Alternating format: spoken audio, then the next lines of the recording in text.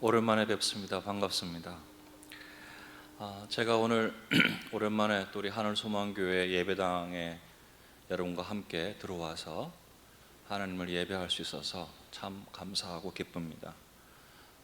좀 일찍 와서 뒤에 앉아서 목사님과 잠깐 이런저런 얘기를 나누었습니다. 그 중에 제가 이 앞에 붙어 있는 이 포스트를 보고 참 감동을 받았어요. 늘 우리 김희선 목사님 통해서 좋은 감동을 많이 받지만 또 이 짧은 한 줄의 문장을 통해서도 우리 김희선 목사님이 또 우리 하늘소망교회가 추구하는 것이 무엇인가 하는 것을 전 그대로 느낄 수가 있었어요. 여러분, 제가 왜 이런 말을 길게 하는지 혹시 이해하시는지 모르겠습니다. 우리 여러분, 하늘소망교회는 사람을 환영하는 교회가 아니고 영혼을 환영하는 교회입니다. 제가 이런 그 표현이나 문구를 다른 교회에서는 본 적이 없습니다. 느껴본 적이 없어요. 누구의 영혼도 환영합니다. 누구라도 환영합니다 라고 쓰는 게 되게 일반적인 표현인데 누구의 영혼도 환영합니다. 지금 여러분은 여러분의 어떤, 아까 우리 목사님께서 전인이라는 표현을 쓰셨는데 여러분의 전인만 환영을 받고 계신 것이 아니라 하나님께서, 이 예배를 받으시는 하나님께서 여러분의 영혼을 보시고 예배하러 나오신 여러분의 영혼을 귀히 여기시고 오늘 온 마음과 뜻과 정성을 다해 하나님을 예배하는 여러분의 그 영혼을 복되게 하실 줄로 믿습니다. 오늘 귀한 은혜가 여러분에게 임하는 그 귀한 은혜가 또 저도 옆에 앉아서 더불어 좀 누릴 수 있으면 참 좋겠습니다. 우리 한번 기도하겠습니다. 하나님, 감사합니다. 하나님의 귀한 은혜를 우리에게 허락해 주셔서 오늘도 하늘 아버지 바라보게 하여 주시고 우리에게 허락하신 하늘 소망을 품어갈 수 있도록 오늘 이 예배를 허락하시며 이끌어 주신 것을 감사합니다. 여러 가지 많은 일들로 근심하거나 염려하거나 혹은 힘들었을지라도 이 시간 우리의 영혼을 반기시며 환영하시는 주님 앞에서 기뻐하고 감사하며 또 하늘 위로 받는 귀하고 복된 시간 되게 하여 주옵소서. 부족한 종입니다. 주님, 불쌍히만 여겨주시고 주의 사랑하는 성도들을 위하여서 이 시간 사용하시며 또 감동하여 주시기를 간절히 소원합니다. 감사하며 예수님 이름으로 기도드리옵나이다. 아멘. 우리가 늘 경험하고 있는 바와 같이 우리의 신앙에는 늘 갈등이 있습니다. 예수 믿으면 평안하죠. 평안합니다. 평안한데 그 하루의 삶 속에 언제나 갈등이 늘 함께 있습니다. 우리 앞에는 언제나 시험이 있고 우리를 넘어뜨리려고 하는 유혹이 언제나 있습니다. 예수 믿으면 그런 것 없이 랄랄룰루 아스팔트 직선도로 달리는 거구나가 아니고 예수님과 함께 가는 길이지만 그 길에는 언제나 이런 유혹과 시험과 환난과 고생이 있습니다. 여러분 다 동의하시죠? 그 원인이 무엇이라고 생각하십니까? 예수 믿으면 분명히 이 땅에서도 천국의 그 복된 삶을 사는 것이 우리에게 약속되어 있는 것인데 어찌해서 우리는 분명 예수 믿는다, 예수 믿는 그 믿음의 삶을 살아가고 있음에도 불구하고 여전히 갈등이 있고 여전히 염려하고 여전히 유혹과 시험이 있는 길을 가고 있는 것일까요? 그 이유가 무엇이겠습니까? 여러 가지로 말할 수 있겠지만 저는 오늘 한 가지를 말씀드립니다. 우리가 아직 이 세상에 있기 때문입니다. 예수님 믿고 고백할 때 당장에 하늘 천국으로 들어가지 아니하고 우리는 여전히 이 세상에서 살아가고 있기 때문입니다. 우리의 믿음이 바라고 소망하는 하늘 천국과 우리의 믿음이 살아가야 하는 이 현실이, 이 땅에서의 삶의 그 현실이 다릅니다. 출애굽했던 이스라엘 백성들을 한번 생각해 보십시다. 애굽을 나올 때 얼마나 신이 났었습니까? 애굽을 등지고 돌아 나올 때 그들이 얼마나 의기양양했었습니까? 하지만 그들 앞에 기다리고 있는 것은 젖과 꿀이 흐르는 땅이 아니었습니다.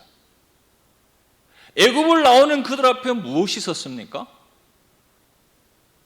며칠 가다 보니까 도저히 건너갈 수 없는 바다, 홍해가 딱 있었습니다.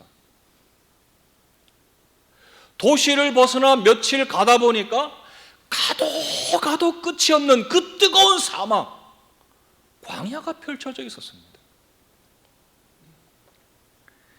그런 현실 속에서 그들이 보인 반응이 무엇이었습니까? 여러분, 출애굽한 이스라엘 백성들은 애굽에서 행하신 하나님의 이적, 여러분 잘 아시죠? 그 10가지 이적, 하나님의 능력이 얼마나 대단하신 것인지를 그들은 직접 목격했던 사람들입니다. 그야말로 세상이라고 할 수 있었던 그 애굽의 신과 같은 바로를 굴복시키시는 하나님이심을 그들은 직접 목격했던 사람들입니다. 하지만 그들에게서 지금 원망과 불평이 떠나지 않았습니다. 심지어 하나님 배신하고 다시 애굽으로 돌아가자 라고 말하는 사람들이었습니다. 왜 그랬을까요?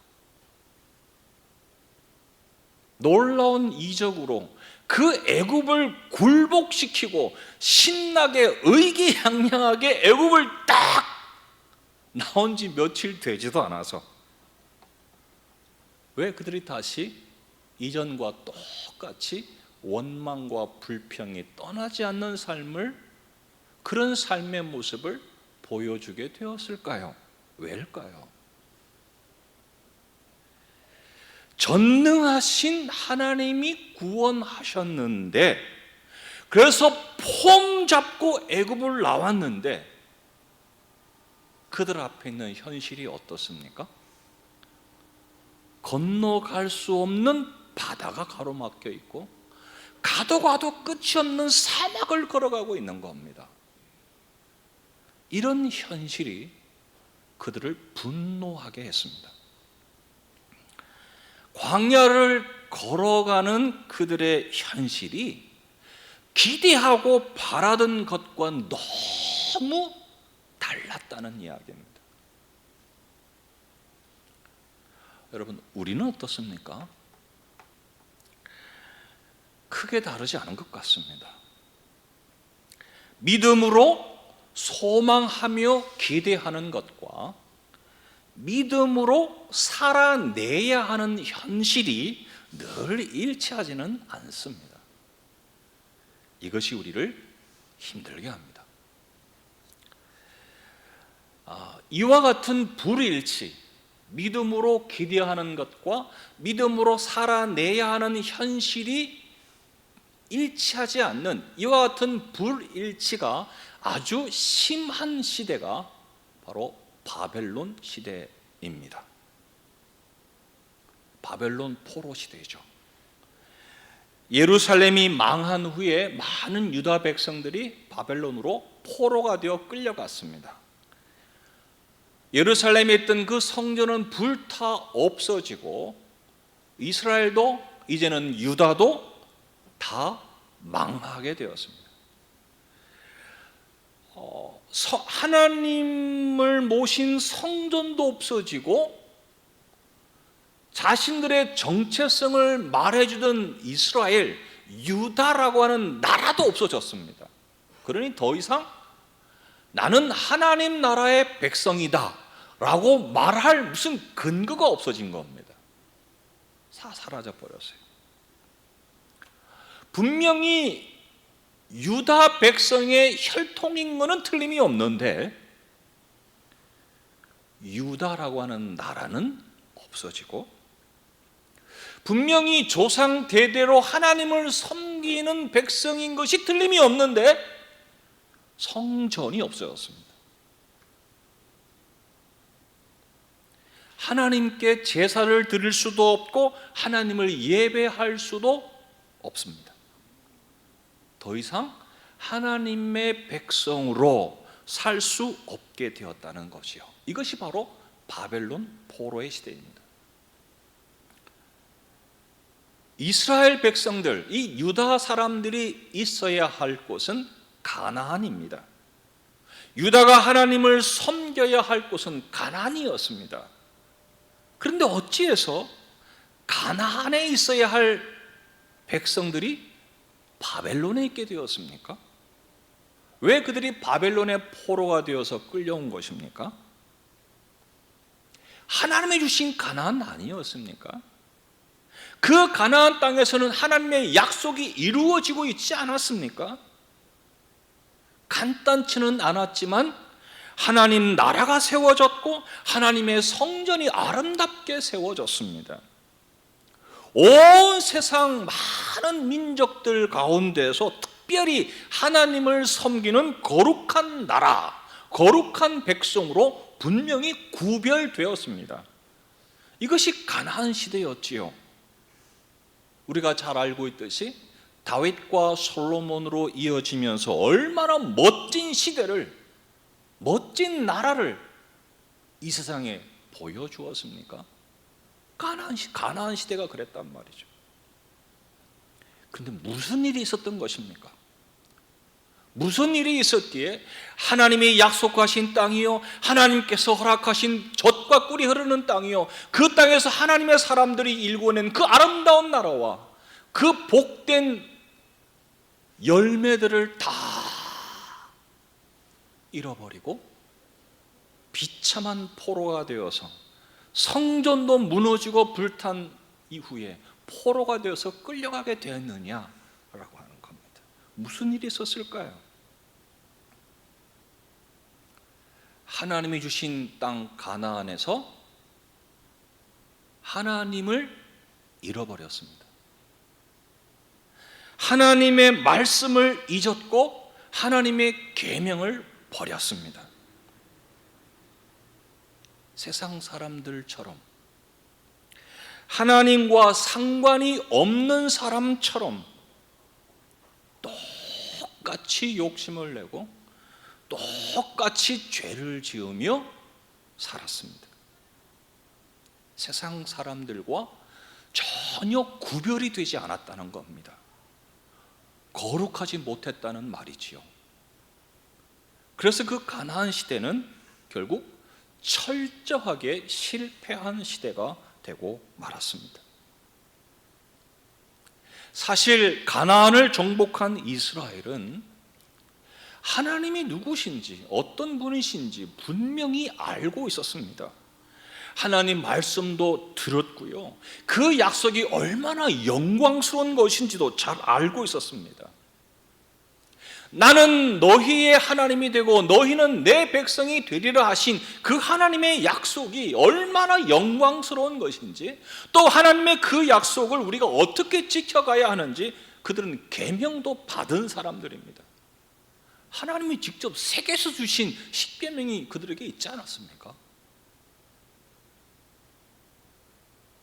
하지만 젖과 꿀이 흐르는 땅 가나안에 사는 동안 그들은 세상과 섞여버리고 말았습니다. 하나님도 붙잡고 세상도 붙잡으려고 했습니다. 하나님이 주시는 복도 누리고 세상에서도 그 즐거움과 쾌락을 누리기를 원했습니다. 그렇게 살면서 마침내는 세상과 하나도 다를 것이 없는 사람이 되었습니다. 그런 상태로서는 하나님을 바르게 섬기지 못했겠죠. 하나님을 바르게 예배할 수가 없었다는 겁니다. 하나님 백성답지 못했다라는 거죠. 가나안 시대가 이렇게 실패하면서 유다는 결국 바벨론의 포로가 되었습니다. 이제는 성전이 없는 바벨론에서 살아야 하고, 이제는 하나님을 인정하지 않는 세상에서 살아야 했습니다. 오늘을 사는 우리가 바벨론 시대에 관심을 두어야 하는 이유가 바로 여기에 있습니다. 하나님을 인정하지 않는 세상. 적어도 한 20년, 30년 전쯤에는 그래도 교회 다닌다 그러면은 양심적인 사람, 거짓말하지 않는 사람, 그래도 좀 괜찮은 사람으로 그래도 좀 이렇게 사회에서 인정이 되었는데, 요즘은 교회 다니는 사람이라면 이 사회에서 여러분 어떻게 이해하는지 잘은 모르겠습니다만, 욕심 많은 사람, 자기만 아는 사람, 뭐 이런 사람, 뭐 융통성이 없는 사람, 도저히 남을 인정하지 않으려고 하니까 뭐 이런 정도로 굉장히 그 격이 떨어져 있습니다. 심지어는 비난과 조롱의 대상이 되고 있습니다. 얼마 전에 제가 어느 분이 보내준 유튜브를 보면서 그 총신의 역사 신학 교수였던 박용규 교수님이 미국에서 그 세미나 하는 그 강좌를 조금 들었는데, 1992년부터 한국 교회는 쇠락하기 시작했다, 그렇게 평가하더라고요. 이제는 예수 믿는 사람이다, 이제는 아주 낯선 곳에 가서 저 누구누구 목사입니다 라고 소개하는 것조차도 굉장히 조심스러운 그런 세상이 되었습니다.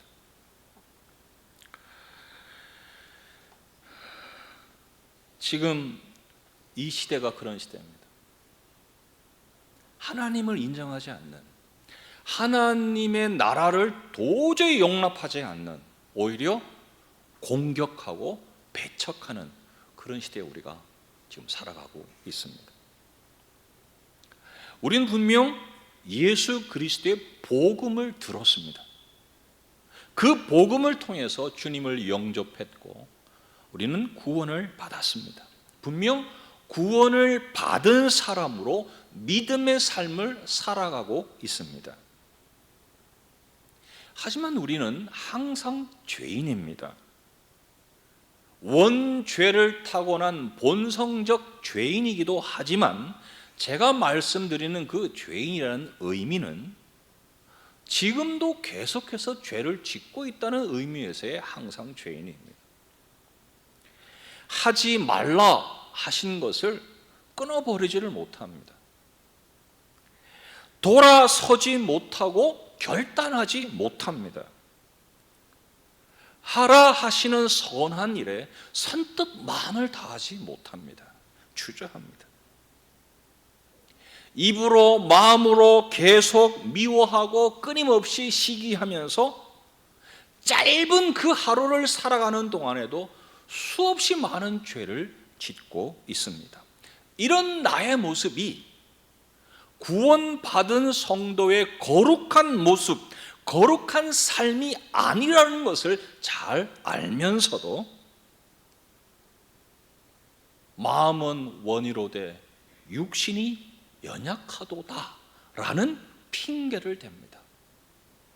세상 모든 사람들이 다 이렇게 하고 있지 않아 라고 변명하려고 합니다.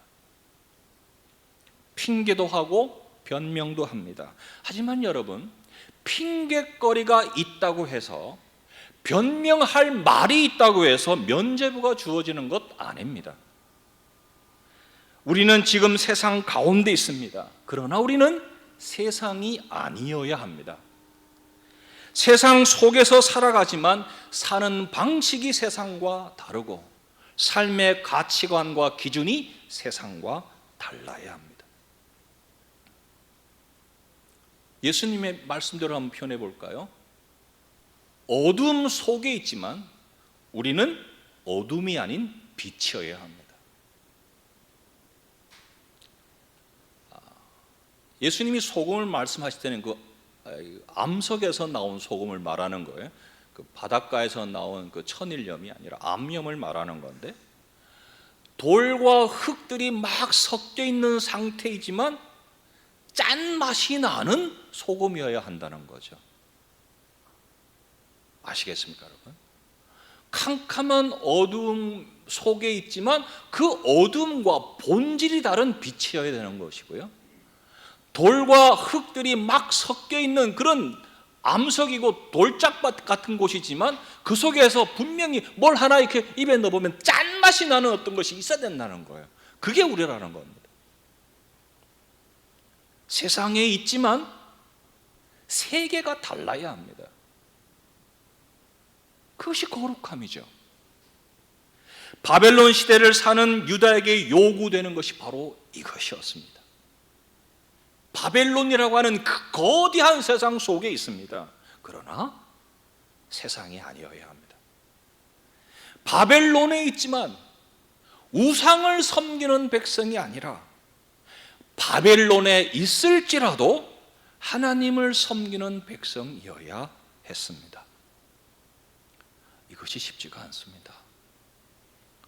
저와 여러분이 오늘 하루를 살아가면서도 부닥치고 부대끼고 느끼고 있는 것처럼 이게 쉽지가 않습니다. 참 어렵습니다. 몹시 힘이 듭니다. 그래서 이런 의문을 가져볼 수 있습니다. 그렇다면 이런 힘들고 고생스러운 시간을 우리가 지금 지날 수밖에 없다면 지금 우리가 사는 이 현실은 우리가 받아야 하는 형벌인가? 라고 하는 의문입니다. 죄를 받고 있는 것인가? 아니 벌을 받고 있는 것인가 말이죠. 하나님 말씀에 불순종했기 때문에 이런 고생을 해야 하고 이런 수고를 해야 하는 그런 벌을 받고 있는 것입니까? 과연 그렇습니까? 포로가 된 유다 백성에게 이 바벨론의 시간은 분명히 형벌이었습니다. 하나님의 경고를 듣지 않았기 때문에 경고하신 대로 벌을 받는 것이었습니다. 불순종했기 때문에 받는 벌이었습니다. 모세를 통해서도 이미 그렇게 경고하셨고 예레미야를 통해서도 분명히 그렇게 말씀하셨습니다. 예레미야 25장 9절부터 11절 말씀을 보겠습니다. 제가 아까 본문을 우리 목사님 읽으시는 걸 들으니까 제가 가진 성경이랑 여러분의 성경이 좀 다른데 혹시 여러분 갖고 계신 성경 하나 좀 갖다 주시면 좋겠습니다. 성경 하나 좀 갖다 주시겠어요?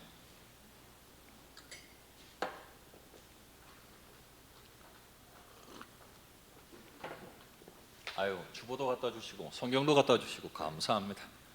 25장 9절부터 11절 말씀 보겠습니다. 이게 뭐 글자도 크고 아주 잘 보입니다. 감사합니다.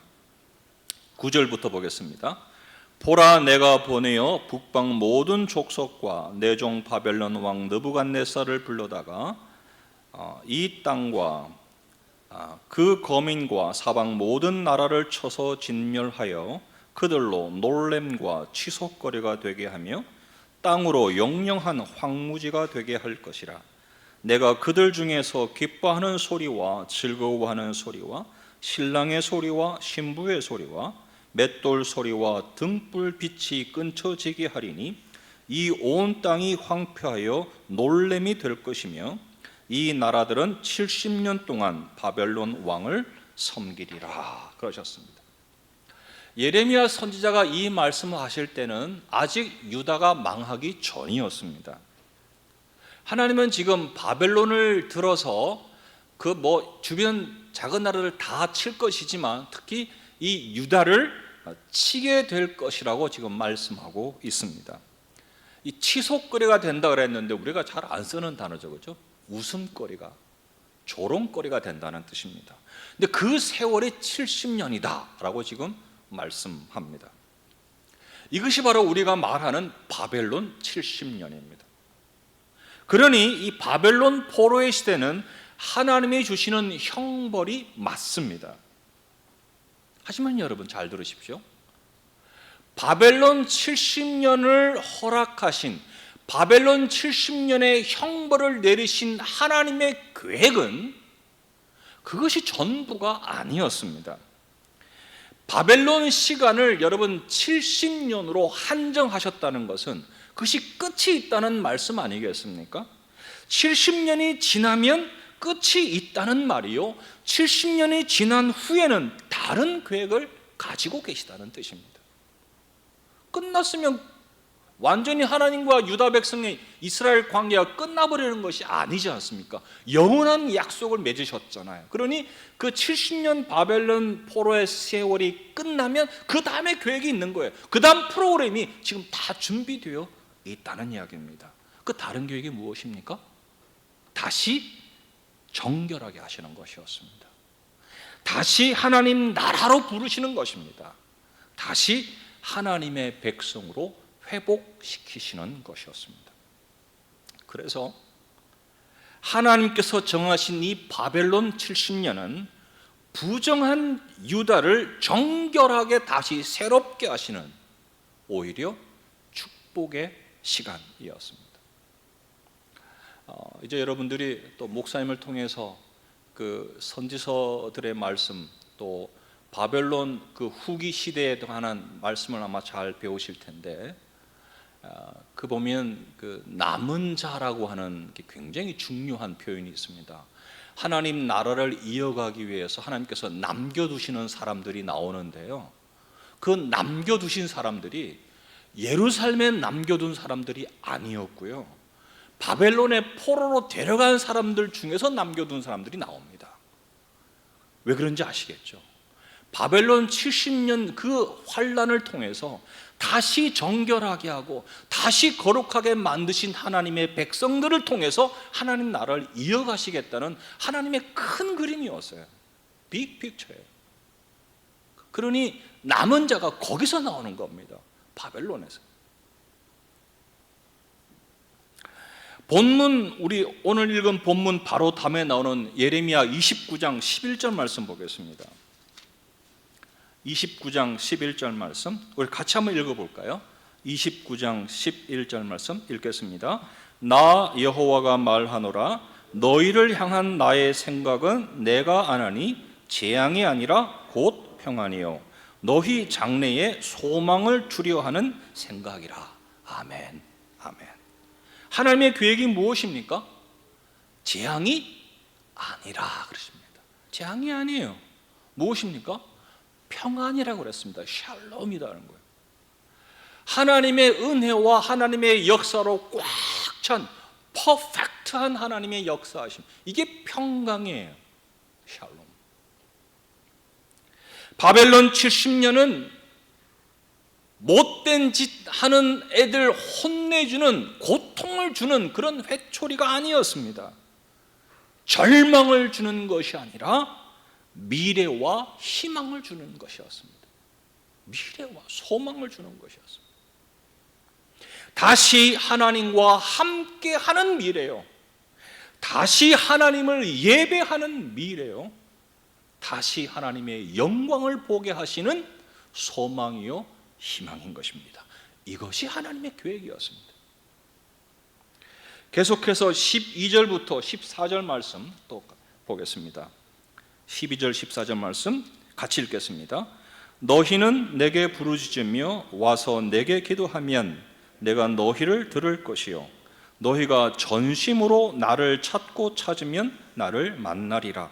나 여호와가 말하노라, 내가 너희에게 만나지겠고 너희를 포로된 중에서 다시 돌아오게 하되 내가 쫓아보내었던 열방과 모든 곳에서 모아 사로잡혀 떠나게 하던 본 곳으로 돌아오게 하리라. 여호와의 말이니라 하셨느니라. 아멘, 아멘.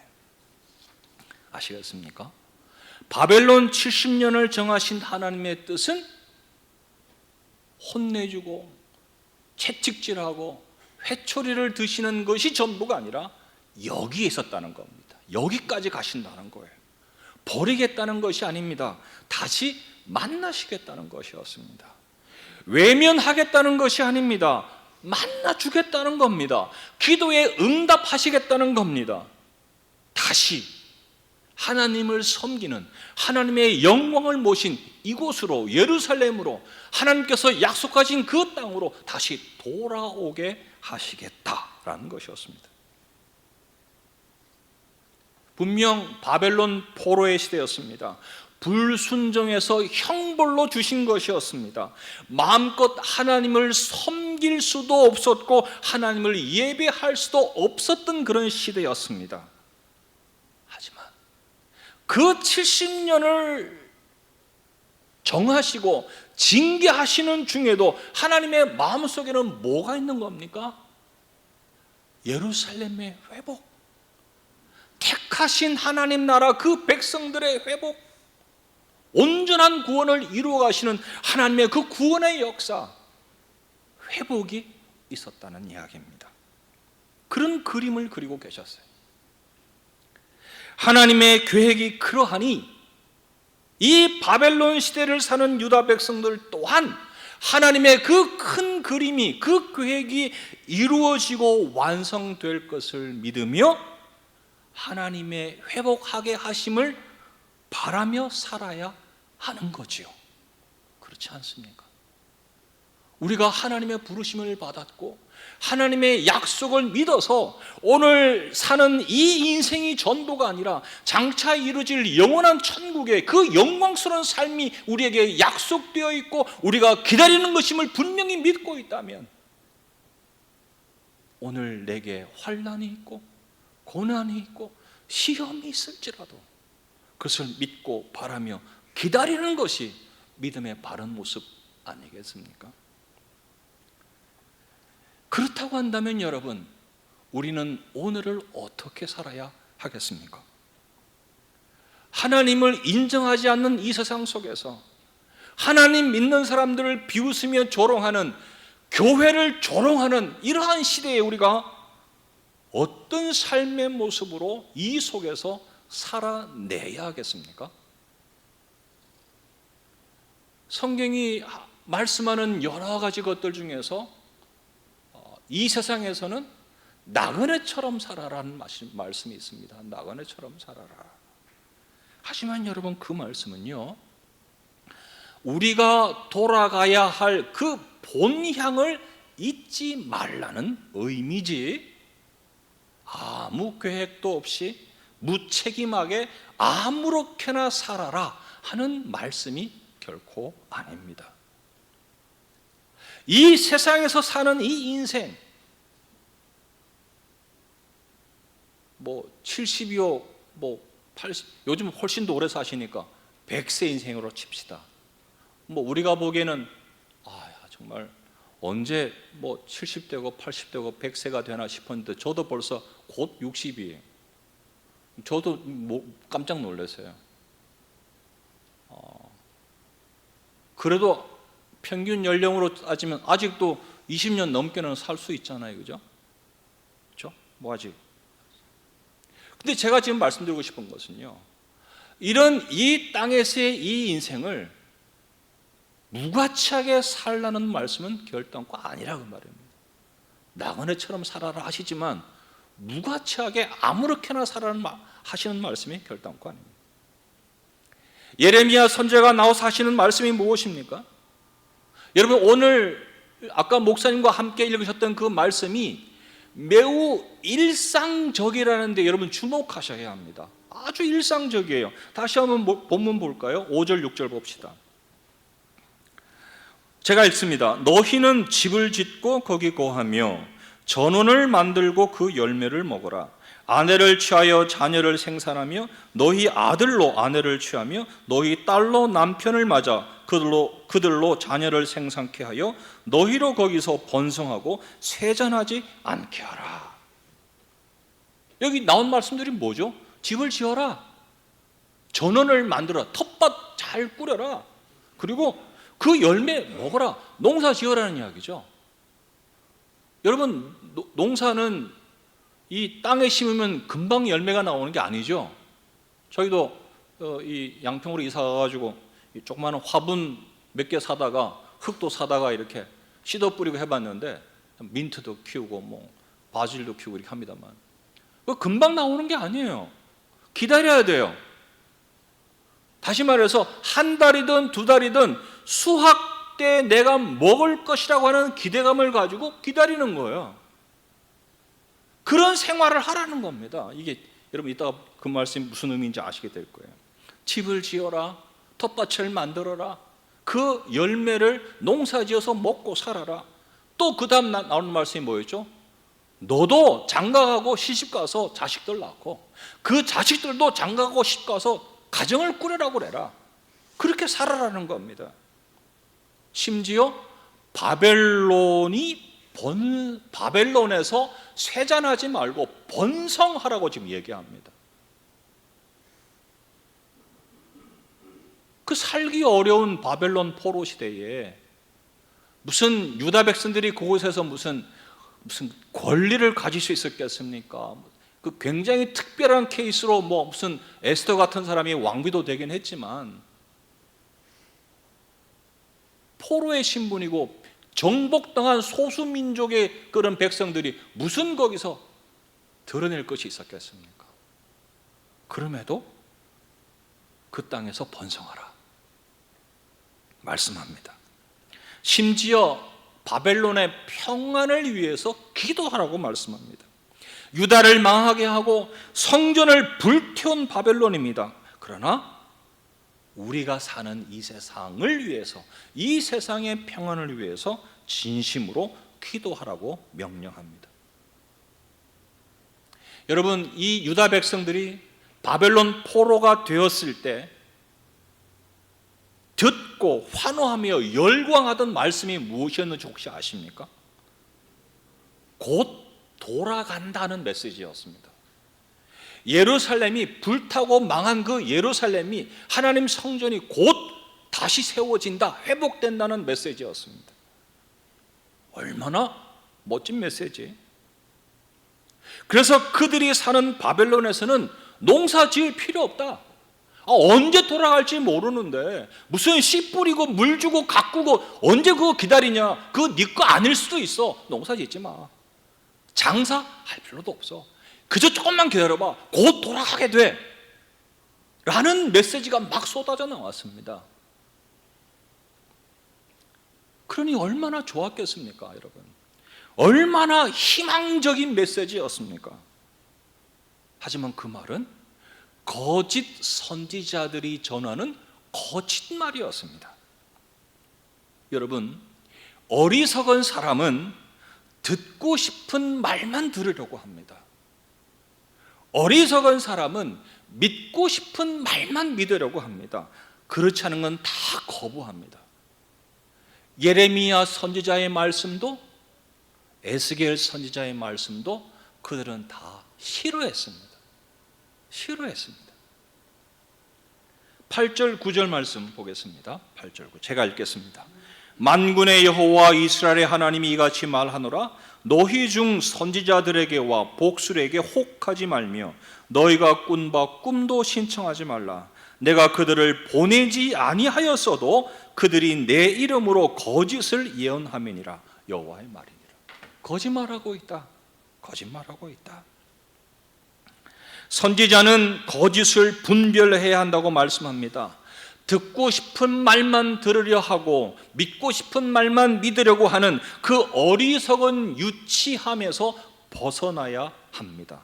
그러기 위해서는 다른 방법이 없습니다. 하나님 말씀을 배워야 합니다. 복음을 분명하게 알아야 하고 구원의 도리를 익숙하게 알아야 합니다. 오늘 좀 전에 그 예배 순서 중에 목사님과 함께 그 웨스트민스터 신앙고백서 이렇게 문답하시는 걸 제가 봤는데, 여러분 그 내용들을 가지고요 그냥 따라 읽으시는 것으로 만족하시면 안 됩니다. 거기에 나오는 문답들 내용을 가지고 목사님께 질문을 하셔야 돼요. 오늘 읽었던 그 문답의 내용들 다 이해하십니까? 다 이해가 되시면 여러분 굉장히 높은 수준이시고요. 그렇지 않다면 여러분 점잖게 계시지 말고 목사님께 질문을 하세요. 이게 무슨 뜻입니까? 질문을 하시라고 만들어 놓은 문답입니다.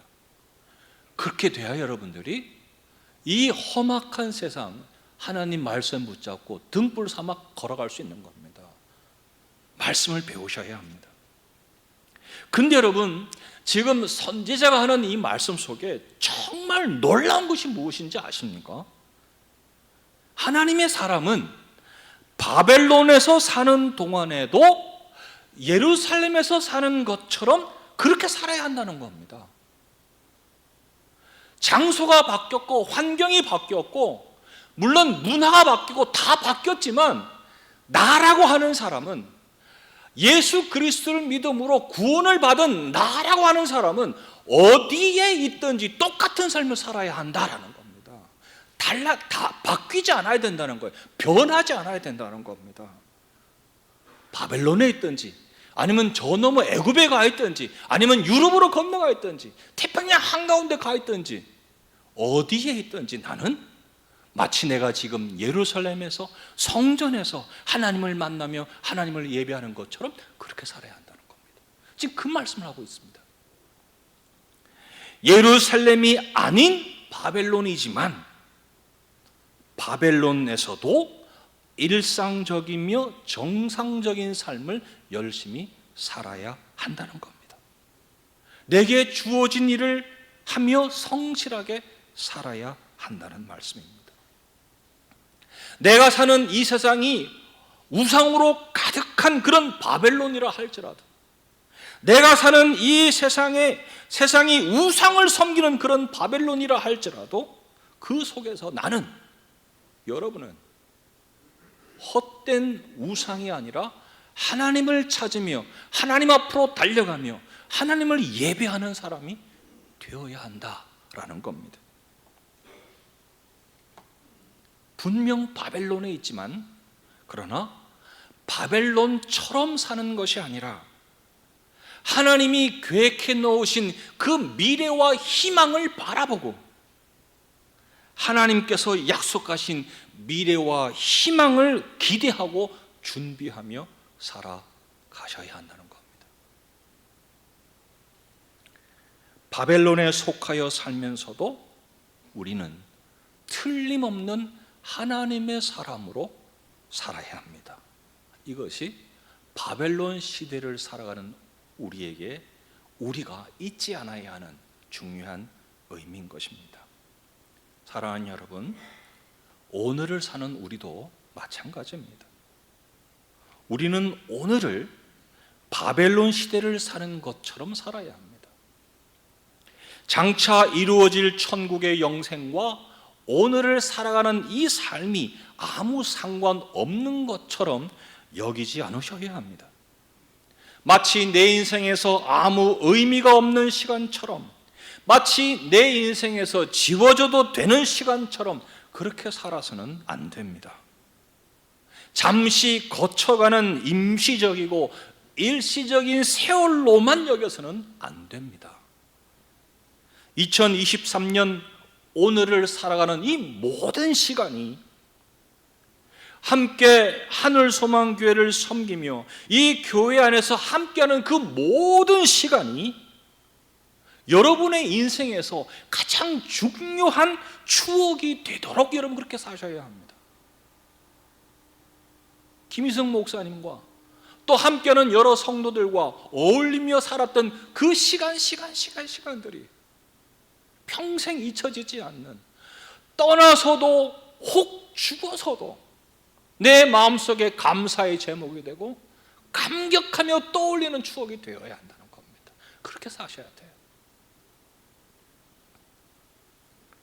시간적으로는 지금, 장소적으로는 이곳에서 살아가는 모든 시간이 거룩하신 하나님 앞에서 더욱더 나를 정결하게 하는 기회가 되어야 합니다.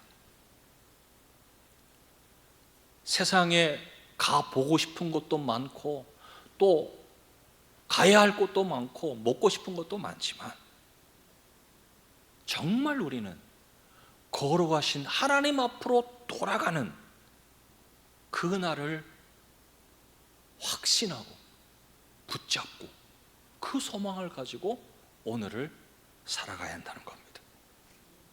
사랑하는 여러분, 이렇게 사시는 것이, 이렇게 살기 위해서 애쓰며 힘쓰는 것이 바로 우리가 살아내야 하는 바벨론 시대입니다. 죄악이 많아서도 바벨론이지만 단지 그것 때문만은 아닙니다. 하나님이 계획하신 그 회복이 이루어지는 바벨론의 시간이 되어야 합니다.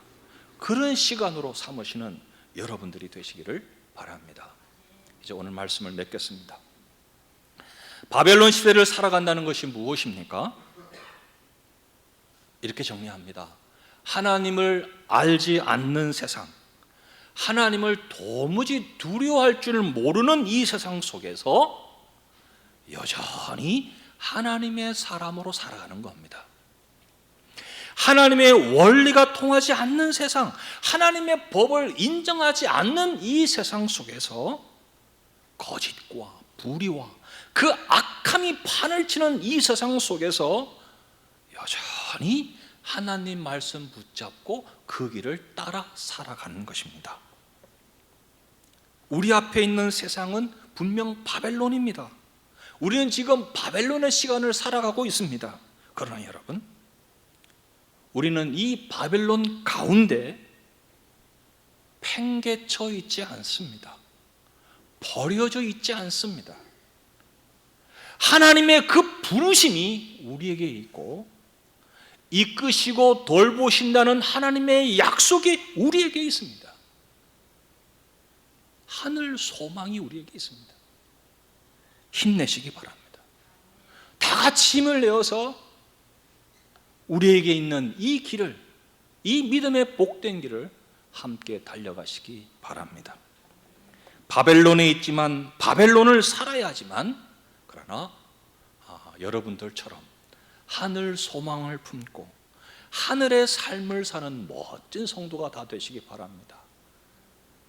하늘을 사는 멋진 교회를 이루어 가시는 여러분들 되시기를 주님의 이름으로 부탁드립니다. 기도하겠습니다. 하나님 감사합니다.